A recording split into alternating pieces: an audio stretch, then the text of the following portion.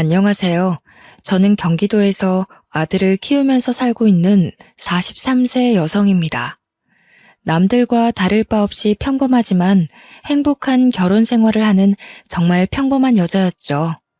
그런데 저는 한 남자 때문에 가정이 파탄나고 말았습니다. 제 결혼 생활이 엎어지도록 어처구니 없는 상황을 만든 사람은 다름 아닌 시아버지였는데요. 제가 이렇게 된 건 시아버지의 은밀한 유혹을 과감하게 뿌리치지 못해서 해서는 안 되는 거래를 했던 제 잘못일지도 모릅니다. 저도 사람이고 여자인지라 그런 은밀한 유혹을 차마 거절하지 못했고 시아버지가 파놓은 함정 속에 빠져버리고 만 것입니다. 정신 차렸을 때는 이미 늦어서 빠져나올 수 없게 되었죠. 시아버지는 제가 덫에 걸려서 꼼짝 못한다는 걸 알고 그동안 숨기고 있었던 추악한 본 모습을 여지없이 드러냈습니다.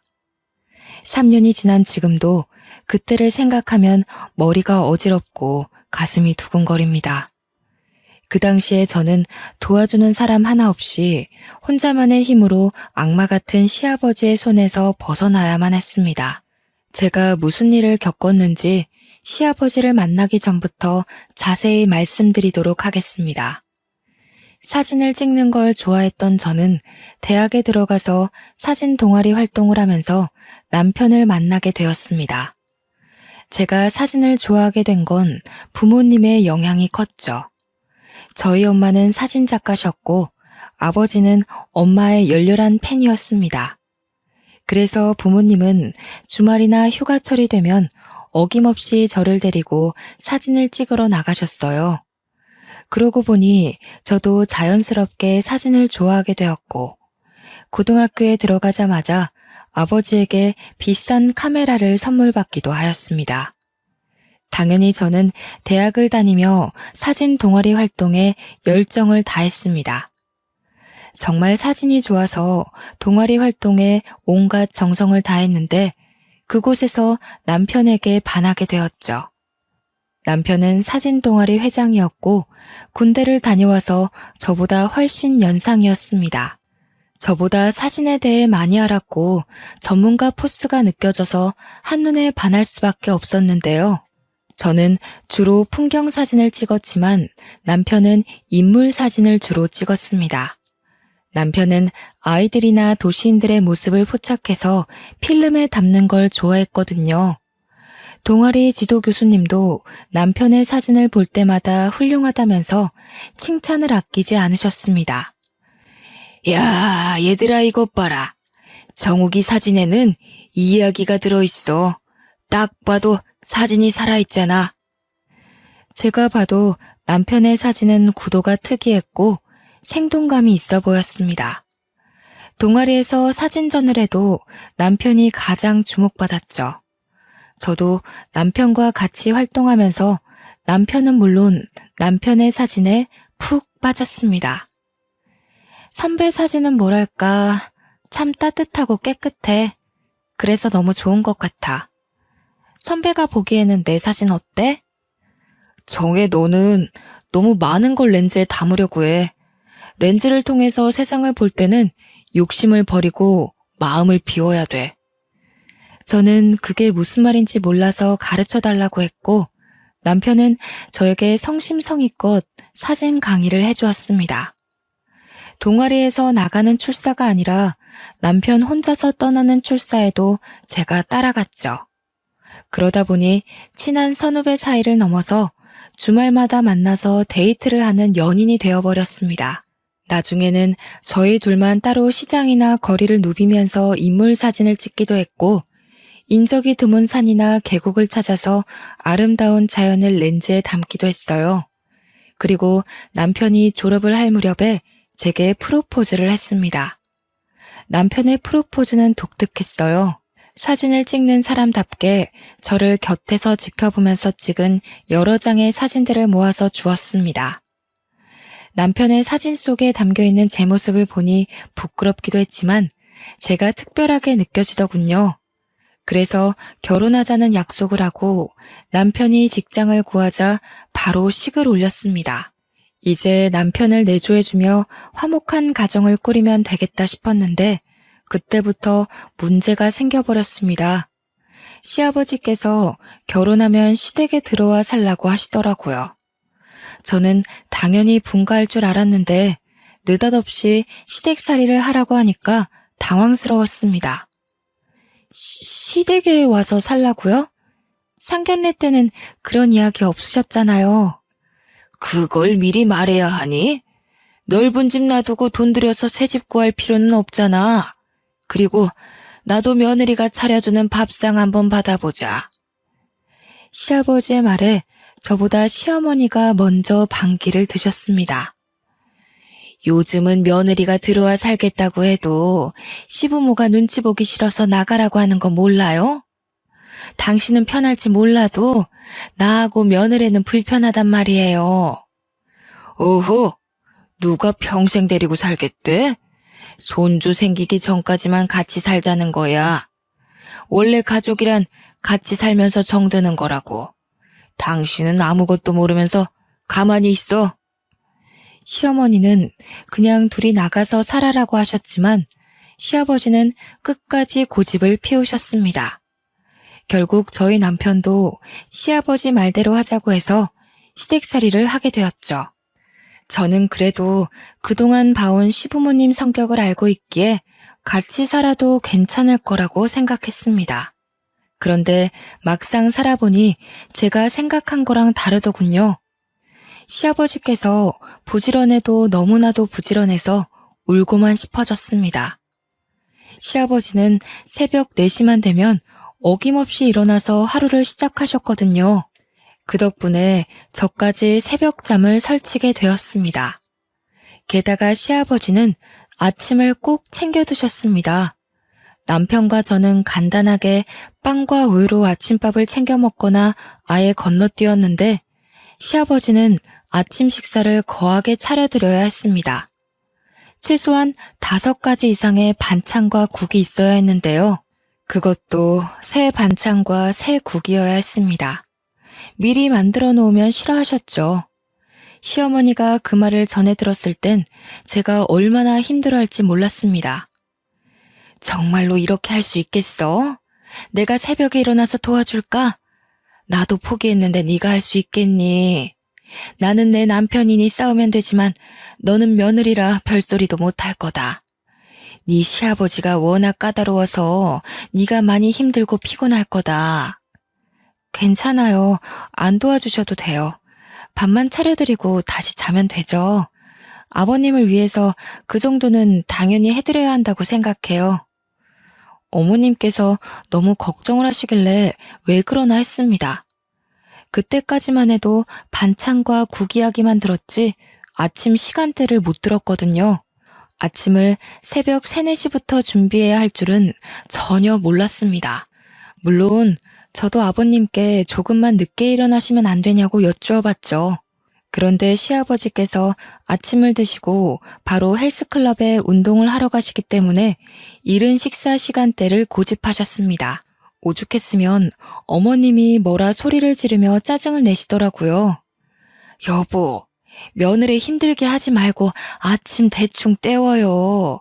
내가 안 해주니까 그동안 알아서 잘 챙겨 먹고 다니더만 왜 그러는 거예요? 당신이 안 해주니까 어쩔 수 없이 대충 먹고 다닌 거지. 이제 며느리가 해줄 거니까 잘 챙겨 먹고 다닐 거다. 며느리가 알아서 잘해준다는데 당신이 왜 나서? 당신이 해줄 거야? 아휴, 말 안 통하고 꽉 막혀서는 남의 집 딸 귀한 줄도 모르고. 됐어요. 당신이랑 말 안 할 테니까 알아서 살아요. 며느리가 힘들다고 울면 내쫓을 테니까 알아서 해. 시어머니와 시아버지가 제 눈앞에서 이렇게 싸우는데 어쩌겠나요? 제가 열심히 아침 해드리겠다고 싸움을 말릴 수밖에 없었죠. 처음에는 아침 잠에 유혹을 뿌리치고 자리에서 일어나서 아침을 준비하는 게 정말 힘들었는데 시간이 지나면서 익숙해지자 몸이 알아서 적응해 갔습니다. 그래서 나중에는 알람을 맞춰놓지 않아도 오전 3, 4시면 어김없이 눈이 떠졌어요. 그만큼 제 생활이 없어지는 기분이 들었지만 저와 반대로 시아버지는 기운 넘치셨습니다. 이제 막 60대에 들어섰지만 말이나 행동은 20대 청년이나 다를 바 없이 거침없으셨죠. 옷차림도 정장 같은 건 쳐다보지도 않으셨고 늘 활동하기에 편한 티셔츠와 청바지를 입으셨습니다. 남편 말로는 아버님께서 물려받은 재산 없이 자기 힘으로 기업형 부동산을 운영했다고 하는데 그래서 그럴까요? 남들과 다른 점이 많이 보였습니다. 저한테도 부지런함을 강조하며 앉아있는 꼴을 보지 못하셨습니다. 집안일에 트집을 잡으시면서 저한테 끊임없이 지적하셨죠. 얘야, 저기 저거 보이니? 장식장에 먼지 쌓인 거. 저거 보이면서 모른 척 하는 거지? 너처럼 게으르면 안 되는 거다. 당장 일어나서 저것부터 닦아라. 여자가 돼가지고 왜 이렇게 집안일을 못하니? 그것밖에 못 배웠어? 아, 네. 지금 치우겠습니다. 여기만 닦아도 될까요? 무슨 소리? 여기도 닦아라. 그리고 여기도 정리해. 너무 지저분하다. 체력이라도 안 좋으시면 쉬실 때 저도 같이 쉴 수 있는데 그러지도 못했습니다. 낮잠도 안 주무시고 눈에 불을 켜면 집안일에 흠이 없는지 감시하셨으니까요. 이게 다 하루도 빠지지 않고 헬스클럽에서 하시는 운동 때문인 것 같았습니다.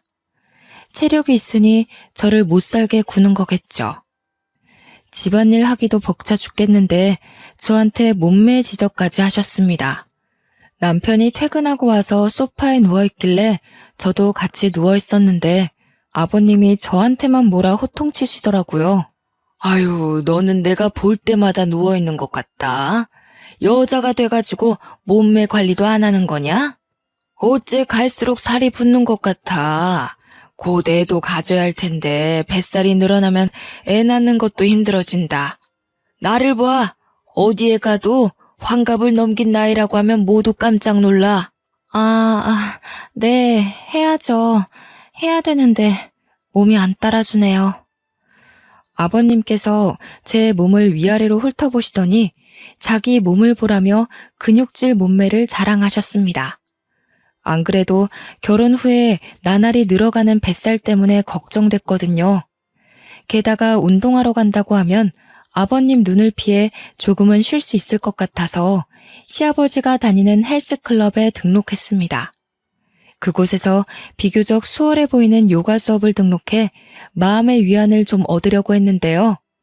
그런데 그 헬스클럽에 들어간 순간 이상한 느낌이 들었습니다. 제 또래가 별로 없더라고요. 50대 이상의 중년 아줌마들만 운동을 하고 있어서 의아한 느낌이 들었습니다. 아줌마들도 제가 신기했는지 저를 보자마자 깜짝 놀라면서 반겨주더군요. 아이고, 오랜만에 젊은 아가씨가 들어왔네. 안녕하세요. 결혼한 지 이제 2년 됐는데 아버님이 운동을 하셔서 따라왔어요. 혹시 저희 아버님 알고 계시나요? 아버님? 설마 최 사장 말하는 건가? 어머나, 최 사장 며느리란 말이야? 아유, 그 깐깐한 최 사장의 시아버지라니 참 힘들겠어. 저희 아버님을 아세요? 친하신 거예요? 말도 마. 그 양반이 몸이 너무 좋아서 이름 났어. 성격만 안 깐깐하면 아주 인기 짱일걸? 아주머니가 하는 말을 들어보니 아버님이 헬스클럽에서 유명 인사인 것 같더라고요. 몸을 만들려는 중년 남자들이 제법 많아서 아줌마들이 운동은 제쳐두고 남자들이 운동하는 걸 구경하는 것 같았습니다. 그렇게 헬스클럽을 다니면서 아주머니들과 수다를 떨게 되었는데요. 집을 벗어나 운동하는 척 사람들과 어울리니 그나마 숨통이 트이더군요. 그곳에서 미정이 언니와 가장 많이 친해지게 되었습니다. 돌싱 경력 5년 차라는데 아줌마들 사이에서 가장 입김이 센 것 같았습니다. 운동은 하나도 안 하고 그 언니랑 떠드는 걸 아버님께 들켜서 PT 수업을 받게 되었죠. PT쌤이 제 또래 여자였는데 저보다 키도 크고 몸매도 좋아 보였습니다. 돈도 많이 내서 아깝기도 하고 저도 몇 달만 열심히 운동하면 비슷한 몸매가 되지 않을까 싶어서 열심히 수업받았는데요. 그런데 며칠 지나지 않아서 선생님과 사이가 틀어지고 말았습니다. 사실 그 선생님이 처음부터 불친절하긴 했거든요. 기구 사용법이나 자세를 가르쳐 줄 때부터 제게 노골적으로 짜증을 부려서 저도 화가 나 있었습니다. 그날도 가르쳐 준 걸 이해하지 못해서 다시 물어보니까 먼 산을 바라보면서 한숨부터 내쉬었죠. 내가 방금 알려줬잖아요. 저번에도 그러던데 왜 자꾸 그러세요? 최종혜 씨는 머리를 폼으로 달고 다녀요? 몇 번이나 알려줘야 하는 거예요. 죄송해요. 제가 몸으로 하는 건 잘 못해서요. 다시 한번 알려주시면 안 될까요? 몸이 아니라 머리가 문제인 것 같은데요. 똑바로 들으세요. 다시 알려줄 테니까. 선생님 말투나 태도가 정말 기분 나빴지만 최대한 좋게 생각하려고 노력했습니다. 여러 사람을 대하는 직업이고 계속 같은 말을 반복해야 하니까 스트레스가 쌓인 거라고 이해했는데요. 하지만 시간이 지날수록 저를 대놓고 무시하는 게 눈에 보였습니다. 자, 저번처럼 또 물어보지 말고 잘 보세요. 다리는 최대한 구부리라고요. 허리는 쭉 펴고요. 그날도 본 운동을 시작하기 전에 스트레칭하고 있었는데 자세가 마음에 안 들었는지 저를 물건 다루듯이 막 만지고 옮기더라고요. 당황스러워서 순간 몸이 굳어버리니까 선생님이 평소보다 더 짜증을 냈습니다. 아니, 움직이라고요. 그게 아니잖아요. 진짜 짜증나게 하네. 머리를 들라고요. 그 여선생이 화가 난 듯 신경질적으로 소리를 치면서 제 머리채를 잡아당겼습니다.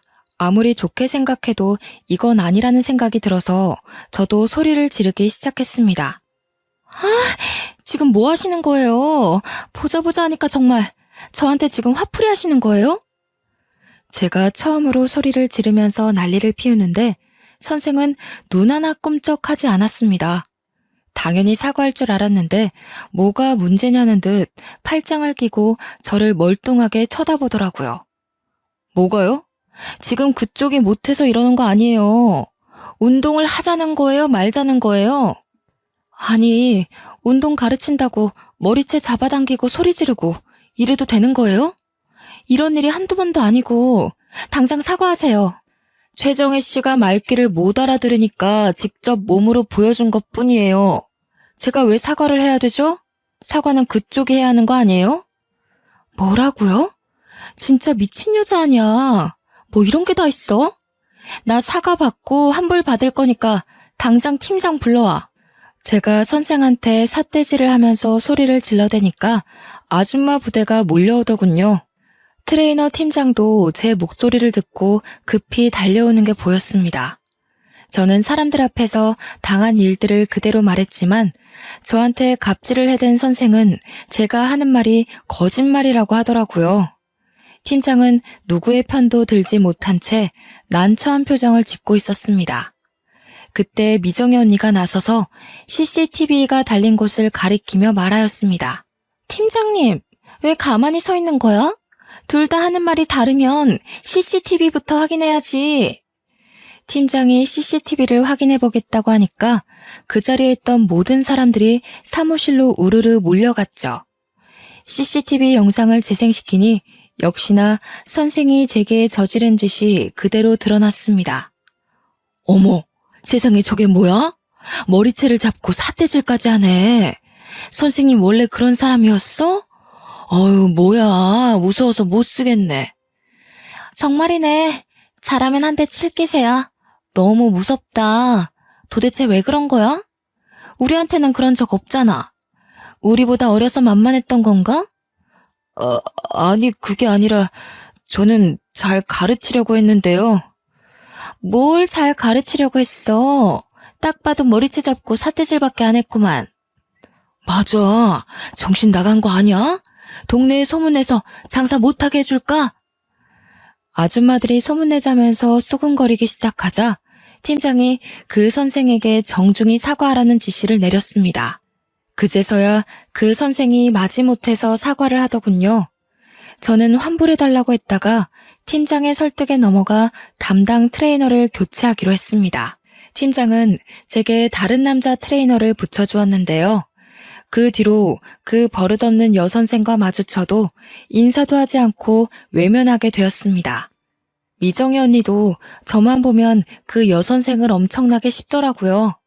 야, 저 봐라. 너 무시하고 지나가는 거 회 아니면 웃으면서 인사해야 하는 거 아니니? 안 그래도 저 여자 마음에 안 들었어. 말도 함부로 하고 행실이 아주 개판이었거든. 미정희 언니는 그 선생이 얼굴도 반반하고 몸매도 좋다고 남자 회원들에게 인기가 많은 것만 믿고 아나무인으로 설쳐댄다고 뒷담을 해댔습니다. 저는 그 말을 듣고 맞장구를 쳐주며 예전에 당한 서름을 풀었죠. 많아요, 언니. 저 여선생 때문에 기분 나빴던 적 진짜 많아. 언니 없었으면 이미 그만두고 안 왔을 거예요. 너한테만 그러는 게 아니라 여자들한테는 아주 밥맛 없이 굴더라. 우리 클럽에 남자들이 많이 꼬이는 건 전부 저 여자 때문이야. 남자들한테만 잘해줘서 이상한 소문까지 돌더라니까. 미정희 언니가 그 여선생이 바람을 피우다가 걸려서 이혼당한 경력이 있다고 하더라고요.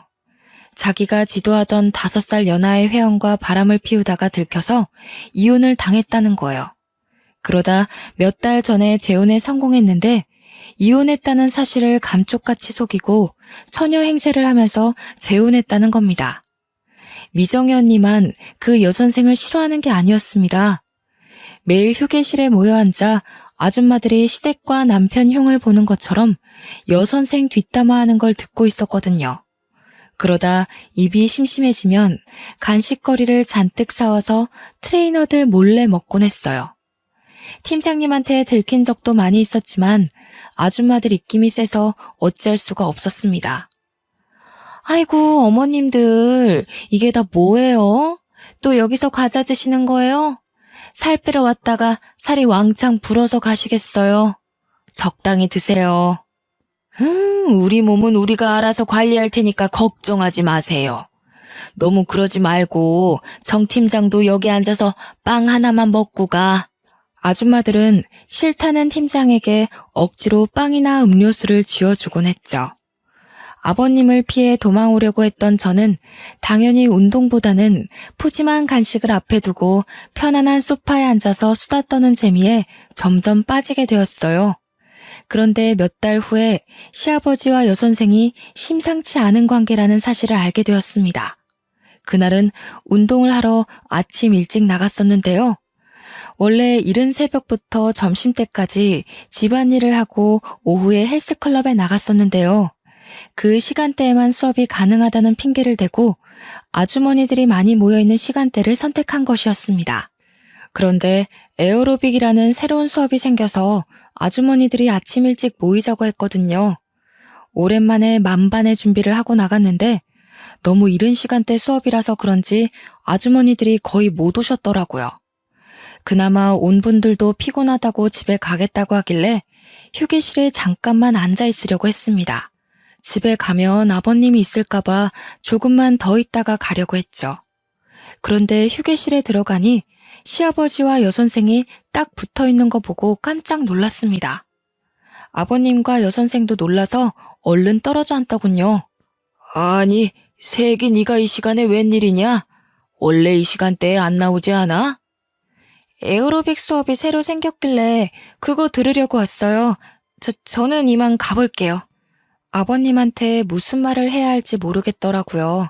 충격을 너무 많이 받았는지 머릿속이 새하얘져서 급히 휴게실에서 나와버리고 말았습니다. 둘 사이가 정말 수상하다는 생각했지만 확실한 증거가 없으니까요. 시아버지를 추궁할 수 없는 노릇이라 증거를 찾으려고 노력했습니다. 그날 이후로 아버님 뒤를 졸졸 따라다니며 어딜 돌아다니나 확인했는데요. 얼마 후에 둘이 내연관계라는 확실한 증거를 잡게 되었죠. 시아버지와 여선생이 헬스장 근처의 모텔에서 나오는 걸 보게 된 겁니다. 저는 당연히 그 순간을 사진으로 남겨두었는데요. 집에 돌아온 저는 어떻게 해야 할까 고민이 되었습니다. 제가 다 말하면 어머님이 어떻게 될지 걱정되더군요. 하지만 제가 숨기고 있다가 가정이 더 망신창이로 파탄날 것 같아서 아버님과 대화를 나누기로 결심했습니다. 아버님이 운영하고 있는 사무실로 찾아가 할 말이 있다고 했죠. 새애기 네가 내 회사는 웬일이냐? 할 말이 있다는 연락은 받았다만. 설마 그 일 때문에 그러니? 아버님도 잘 아시네요. 여기서 할 이야기는 아닌 것 같은데. 나가서 이야기해요. 저는 시아버지와 함께 조용한 카페로 들어가서 휴대폰에 찍힌 사진을 보여드렸습니다. 아버님이 그 사진을 보고 눈이 커졌길래 마음속에 담아놓은 말들을 꺼내놓았습니다. 아버님, 대체 이게 뭐 하는 짓이에요? 딸 같은 여자애랑 내연관계를 가지다니 부끄럽지도 않으세요? 고개를 숙이고 한참 동안 말이 없던 아버님께서 천천히 입을 여셨습니다. 너한테는 입이 10개라도 할 말이 없다. 그런데 남자는 말이다.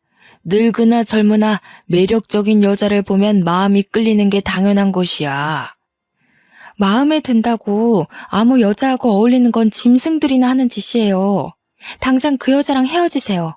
안 그러면 어머님한테 다 말씀드릴 수밖에 없어요. 난 그럴 수 없다. 난 그 아이를 버릴 수 없어. 10억 줄 테니까 앞으로는 눈 감아다오. 10억이면 충분하지 않냐? 네? 10억이라고요? 겨우 그런 여자 때문에 10억을 쓰신다고요? 그래. 그 돈을 너한테 줄 테니 비밀 지켜다오. 아버님한테 10억이 어디 있어요? 저한테 10억이라고 하신 거 맞죠? 혹시 잘못 들은 게 아닌지 재차 물었지만 시아버지는 단호한 표정으로 10억이라고 못 박았어요. 10억이 어디 있냐고 물으니 저를 데리고 회사로 돌아가 시가 10억짜리 신축 아파트 등기부등본을 보여주기도 하였습니다. 자, 이게 내가 말한 10억이다. 다음 달이면 분양이 시작되는 새 아파트야. 내가 여러 채 확보해뒀는데 그 중에 하나를 너한테 주마. 분양이 시작되면 곧바로 2억은 더 붙을 게다. 그럼 이 아파트로 이사가도 되나요? 따로 독립해도 되는 거죠? 그래. 네가 가서 살든 다시 팔든 상관 안 하마. 대신 지금 당장은 나갈 수 없어. 너희 시애미가 의심할 거다. 내가 절대 못 나가게 할 거라고 했으니. 시댁살이를 벗어날 수 있다는 말을 듣자 제 고민은 더욱더 깊어졌습니다. 시어머니를 생각하면 그냥 넘어갈 수 없는 문제였지만 10억짜리 아파트와 자유는 뿌리치기 힘든 유혹이었죠. 며칠을 고민하던 저는 시아버지의 아침을 차려주면서 제안을 받아들이겠다고 말해버리고 말았습니다. 그래, 잘 생각했다. 이제 우리는 한 배를 탄 거야. 그러니까 네 시애미뿐만 아니라 정욱이 놈한테도 확실히 숨겨야 한다. 시아버지는 자신의 불륜을 눈감아주는 것에서 한 걸음 더 나아가서 시어머니를 속이는 일에도 협조해야 한다고 당부했어요. 제가 그럴 수 없다고 하니 세상에 공짜는 없다고 이 집에서 나가고 싶으면 자기 말을 들어야 한다고 협박하더군요. 그날부터 시아버지는 저를 믿고 대놓고 내연녀를 만나기 시작했습니다. 아무것도 모르는 시어머니는 아버님이 너무 늦게 들어온다고 걱정하였죠. 그 모습을 볼 때마다 도둑이 재발저리듯이 어머님 눈치가 보였습니다. 그렇게 3개월이 지났지만 아버님이 아파트를 넘겨주는 일을 차일피일 미루기만 했어요. 그 아파트는 이미 분양이 시작되었는데 아버님은 조금만 더 기다리라는 말만 되풀이하였습니다. 제가 어머님 몰래 얼른 아파트를 달라고 재촉하니 이런 문자가 와 있더군요. 좀만 더 기다려라. 회사에서 작업을 진행하는 게 있어서 그 아파트가 내 명의로 되어 있어야 돼. 한 달만 더 기다리면 된다. 아파트에 발이 달려서 도망가는 것도 아닌데 뭐가 걱정이냐? 나는 한번 뱉은 말은 끝까지 책임지는 사람이야. 이제는 불안하고 초조해진 사람은 저였습니다. 혹시라도 아파트를 받기 전에 시어머니가 시아버지의 불륜 사실을 알아버리면 10억도 날아가고 제 시댁살이도 영원히 유지될 것 같았습니다. 그렇게 시아버지의 불륜을 혼자만 알고 있으니 늘 마음이 편치 않고 가슴이 답답했어요. 하루는 친정에 갔는데 엄마가 제 얼굴을 살펴보면서 걱정을 하시더라고요. 시부모님이 너 못 살게 구니? 얼굴이 왜 이렇게 많이 상했어? 혹시 김서방하고 안 좋은 일 있어? 아니야, 아무 일도 없었어. 그냥 요새 운동 열심히 해서 몸이 상했나 봐. 아이고, 사람이 운동한다고 이렇게 돼? 거짓말하지 말고 다 털어놔라. 차라리 귀신을 속이지. 나는 못 속인다. 나한테 못할 말이 뭐가 있겠니? 다른 사람도 아니고 친정엄마인데 말해도 될 것 같다는 생각이 들더군요. 그래서 엄마한테 결국 모든 걸 털어놓고 말았습니다. 말만 했는데 10년 묵은 채증이 쑥 내려가듯이 답답하던 가슴이 뻥 뚫리는 것 같았죠. 하지만 제가 시아버지 내연녀 사진을 보여주니 엄마가 그 사진을 보더니 충격적인 이야기를 해주셨어요. 아니, 얘는 주의 아니니? 세상에, 얘가 사돈이랑 바람을 피고 있단 말이야? 주의? 엄마 이 여자 알고 있어? 친해? 아주 잘 알지. 얘 내 친구 며느리야.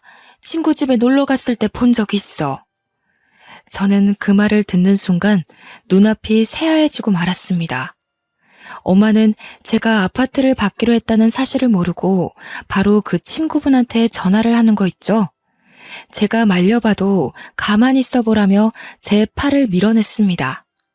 어떻게든 맞고 싶었지만 엄마는 오히려 성질을 내며 제게 뭐라 하셨습니다. 이거사, 왜 자꾸 말 못하게 막는 건데? 그럼 이걸 다 말해줘야지 숨기고 있게? 넌 어쩌자고 이런 더러운 짓을 알고도 모른 척하고 있었던 거야. 아유, 세상에. 그 불려우 같은 년이 결국 대형 사고를 치고 말았구나. 결국 엄마는 친구분과 전화하더니 지금 당장 만나러 간다며 저를 두고 가버렸습니다. 저는 생각할 겨를도 없이 시아버지의 회사로 달려갔죠. 너무 급해서 미리 전화할 생각도 못했습니다. 그저 빨리 시아버지에게 모든 게 들통났다는 말을 전해야 한다는 생각뿐이었죠. 제가 회사에 도착하자마자 시아버지는 자기 사무실에서 웃으면서 누군가와 전화통화를 하고 있었습니다. 그런데 아버님이 자기야라고 속삭이고 있더라고요. 회사 사람이 아닌 내연녀와 통화를 하고 있었던 겁니다. 자기는 걱정하지 마. 바보 같은 며느리는 벌써 너한테 넘어간 아파트를 기다리고 있어. 그래, 아직 때가 아니니까 팔지 말고 가지고 있어. 조금 더 오르면 내가 알려줄게. 그래, 사랑해. 조심히 들어가. 저는 그 말을 듣는 순간 다리에 힘이 풀려서 바닥에 주저앉을 뻔했어요. 제게 주기로 했던 아파트는 이미 내연녀 차지였던 겁니다. 처음부터 시아버지는 저를 가지고 놀았던 거죠. 저는 집으로 돌아오자마자 쓰러지듯 침대에 엎어졌고 눈에서는 눈물이 흘렀어요. 10억이 날아가 버려서가 아니었습니다. 돈에 눈이 멀어서 시아버지가 파놓은 함정에 빠져버린 제가 너무 원망스러웠거든요. 한참을 울고 난 다음에 이제라도 어머님께 모든 걸 말하고 용서를 빌어야겠다고 마음먹었습니다. 그래서 외출하고 돌아온 시어머니에게 죄송하다고 빌었죠. 어머님, 정말 죄송해요. 돈 때문에 제가 정신이 나갔었나 봐요. 제가 생각이 짧았어요. 용서해주세요. 이 집에서 너무 나가고 싶어서 그랬어요. 아버님이 너무 못살게 굴어서 너무 힘들었어요. 그런데 아버님이 자유를 주겠다면서 절 유혹하셔서 넘어가 버렸어요. 어머님한테는 안 그래야 하는데 저한테 잘해주신 거 생각하면 안 그랬어야 했는데. 용서해달라는 말만 했는데 이미 저희 엄마한테 자초지종을 전해들었나 봅니다. 화가 난 표정으로 저를 노려보던 시어머니가 한숨을 쉬며 제 손을 잡고 일으켜 주셨어요. 그래, 네가 무슨 죄겠니? 이런 집안에 시집 오게 한 내 잘못이지. 얼마나 나가고 싶었으면 그랬겠니? 네가 마음고생이 심했다. 어머님이 이렇게 말씀해 주셔서 다시 한번 눈물이 터지고 말았죠. 정말 죄송스러운 마음에 꺼이꺼이 우니 시어머니께서 친정엄마처럼 다독여 주셨습니다. 아버님을 어떻게 하실지 차마 묻지는 못했지만 제가 찍어놓은 불륜 사진을 넘겨드렸습니다. 어머님이 그 사진을 보시고 씁쓸한 표정을 지으셨습니다. 나중에 들은 말인데 시어머니가 그 사진을 들고 회사로 찾아가서 이혼 소송장과 함께 시아버지 얼굴에 던져버렸다고 하더군요. 이 가짜는 것, 감히 나 몰래 바람을 펴? 너 같은 인간은 꼴도 보기 싫으니까 오늘부터 집에 들어올 생각은 하지도 마. 어머님은 그 길로 집에 오자마자 아버님 옷이나 전자기기를 사무실로 모두 보내버렸습니다. 내연녀는 더 비참한 처지가 되었죠. 헬스클럽에 쳐들어온 엄마 친구분에게 머리채를 잡아뜯겼거든요.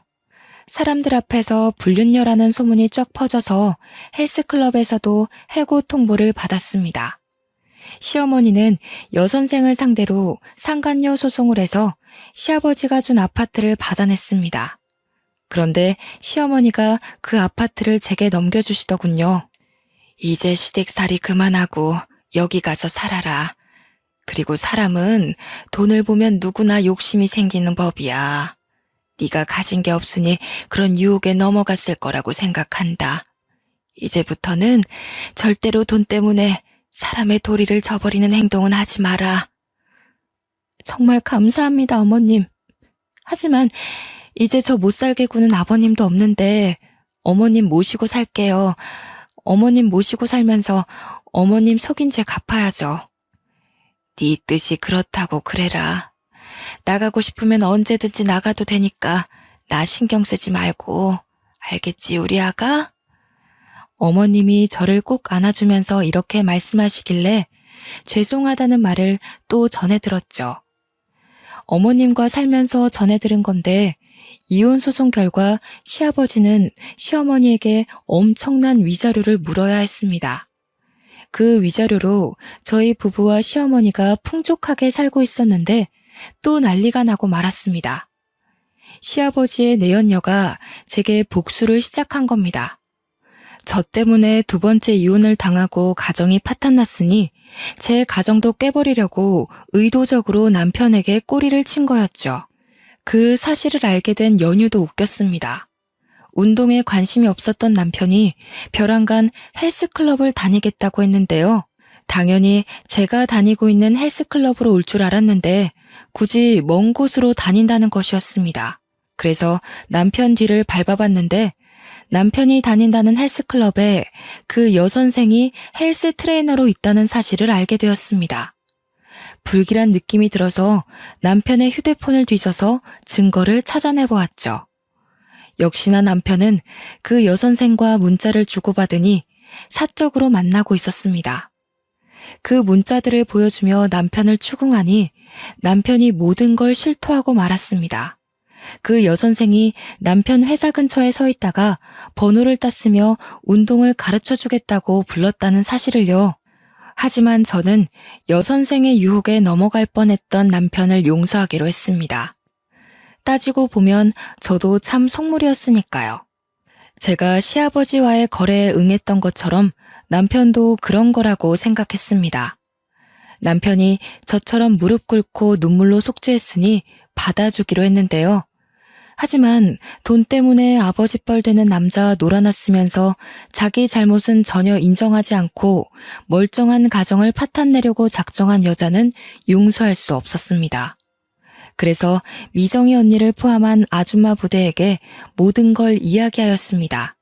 그 언니들을 데리고 가서 여선생이 있다는 헬스클럽에 난리를 피웠죠. 헬스클럽 팀장으로 보이는 사람에게 여선생이 이 동네에서 어떤 짓을 저질렀는지 다 까발렸습니다.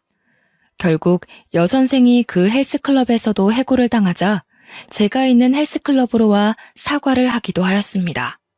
하지만 저는 그 여선생을 문전박대하였죠. 그날 이후로 돈의 유혹에 넘어가 흔들릴 때가 있었습니다. 그때마다 시아버지가 제안했던 아파트를 생각하고 있는데요. 시아버지가 약속했던 아파트는 제 것이 되었지만 저도 인생 정말 똑바로 살아야 한다는 교훈을 확실하게 배웠습니다. 여러분들은 저처럼 돈의 유혹에 넘어가지 마시고 인간된 도리를 지키시길 바랍니다. 정말 창피한 일이지만 다른 분들에게 도움이 되길 바라는 마음에 이렇게 사연 글을 써봅니다. 여기까지 제 이야기 들어주셔서 감사합니다.